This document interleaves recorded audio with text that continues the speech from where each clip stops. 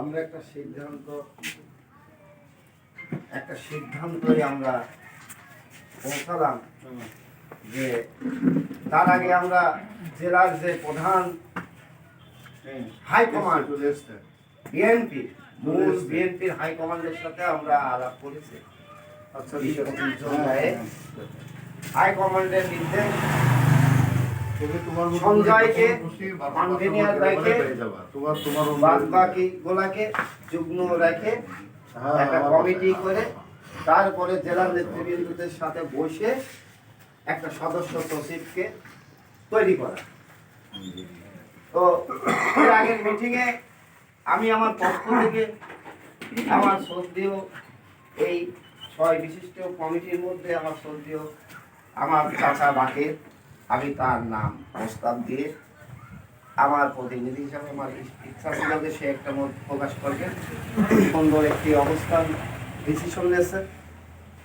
এখন আমাদের যেহেতু সিদ্ধান্ত এখন 2 জন ক্যান্ডিডেট হয়ে গেছে এই সদস্য সচিবের, আর বাদ বাকি হয়তো 2 জন আসে নাই। তারা যেহেতু আসে নাই তাদের বক্তব্য শোনা যায়নি। এখন এই 2 জনের উপরে আপনারা হাউসে হাত তুলতে পারেন, ভোটেরও হিসাব করতে পারেন।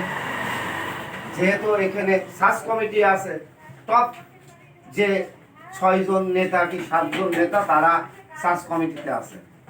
ভোট যদি দেয় তারা এই 6-7 জনই দিতে পারে, এর বাইরে ভোট এলাও হবে না।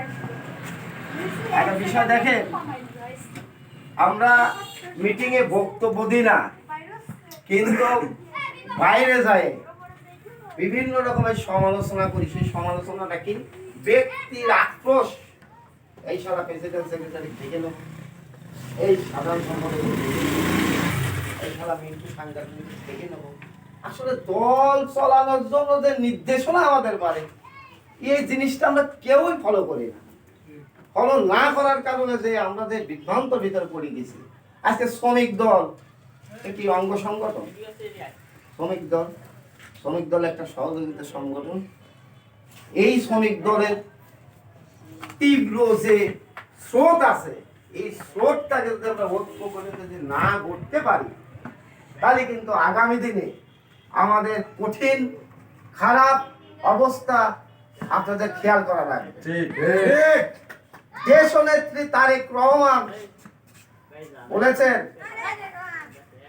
5ই আগস্টের আগে স্বৈরাচার ফ্যাসিস্ট সরকার থাকাকালীন যারা রাজপথে ছিল, যার খতিয়ানের নাম হচ্ছে আরএস, সিএস, এসএ, আর বর্তমান খতিয়ান হচ্ছে নবায়ন করা হচ্ছে 5ই আগস্টের পরে।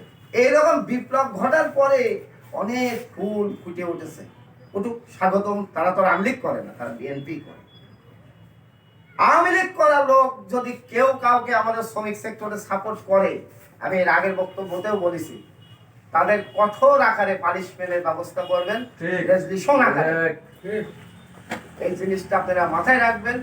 আমরা কারণ বিনা গোলাম না, আমরা নেতৃত্ব যার যার চেয়ারে যার যার হিসাবে শেষে দিচ্ছি। এই চেয়ারের সম্মান দেবেন আপনারা। আমাদের জেলার নেতৃবৃন্দ রয়েছে, আমরা আছি। আমাকে একটু কথা বলতেই হয়, যেহেতু দলটা ডিফেন্স সাজানোর দায়িত্বটা আমারই পালি থাকে। চোর হই যাই হয়, কিন্তু দলের জায়গায় এসে আমি আমাদের ডিফেন্স সাজানোর দায়িত্ব পুরো জেলাতে। আপনারা রাগ করবেন না, আমার 2-4টি কথা শুনতে হবে। আজকে এই শহর শ্রমিক দলের যে হিসাব নিকাশ চলছে, আমরা সুন্দর একটা কমিটি উপহার দেব এবং আপনারাও সুন্দরভাবে কাজ করবেন। প্রত্যেকটা ওয়ার্ডে টাইম টু টাইম কমিটি করবেন। প্রত্যেকটা নেতৃবৃন্দর ভালোবাসার 2-4টে লোক থাকতে পারে, সেগুলো সমন্বয় করে প্রত্যেকটা ওয়ার্ড কমিটি দূরত্ব করবেন। আমরা খুব শিগগিরই এই কমিটিটা, যেহেতু জেলার যে অভিভাবক তাদের সাথে আমাদের কথা হয়েছে, শ্রমিক দল নিয়ে তাদের হস্তক্ষেপ করার মতো জায়গা নেই। কারণ শ্রমিক দলকে একমাত্র হস্তক্ষেপ করতে পারে কেন্দ্র। এখানকার লোকাল নেতারা কি করতে পারে, আমার নামে অভিযোগ দিতে পারে কেন্দ্রে যে আপনার জেলা শ্রমিক দলের অমক এই বিভ্রান্ত করে বেড়াচ্ছে। কিন্তু আমাদেরকে জেলা বিএনপি বহিষ্কার করতে পারে না। এটা আপনাদের মানে রাখবেন, আমাদের নেতারা সব কেন্দ্রে। আরেকটা বিষয় আছে, এই অফিসটা করা হয়েছে, আমি মনে করেছিলাম যে আমার অফিস করবো, পরে দেখলাম যে আমার জেলা শ্রমিক দলের অফিস নেই, সেই অফিসটা এখানে করলাম। করার পরে এখন যাই হোক, আল্লাহ তাআলার অশেষ রহমত, আশা পূরণ হয়েছে। সাধুবাদ জানাই। আমাদের এই অফিসের ভাড়া আছে, সেই ভাড়াটা ওই ঘর আর এই ঘর মিলে 4,500 টাকা কারেন্ট বিল কত আসবে সেটার উপরে পড়ে। এটা আপনারা দেখবেন, যেহেতু সবাই মিলেই জেলা শ্রমিক দলের নেতৃবৃন্দ আছে, আরো নেতৃবৃন্দ সবাই মিলে চালাবেন।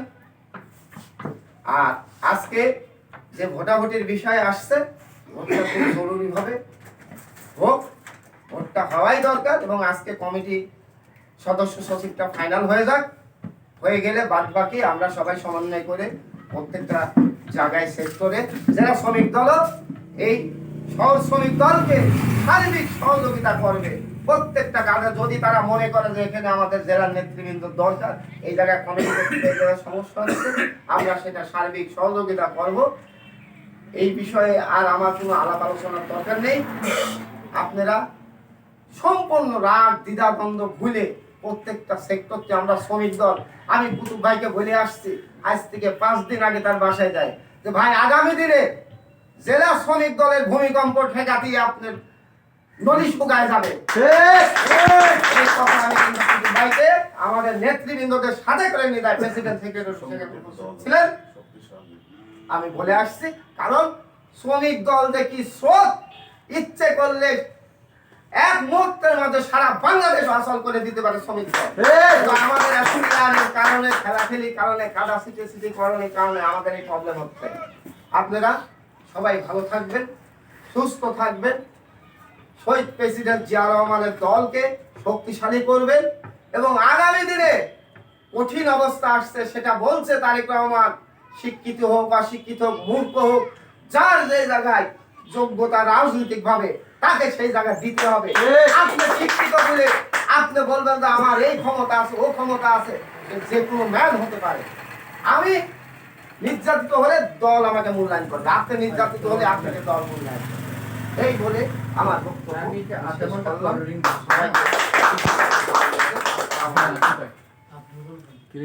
আমি তো কথা বলতাম 1 মিনিট। নাম ঘোষণা দাও। এত বক্তব্য রাখলেন আমাদের ক্লিনিক এবারে আপনার সামনে বক্তব্য রাখবেন আসছি বলেন দলের আইসি জয়েন্ট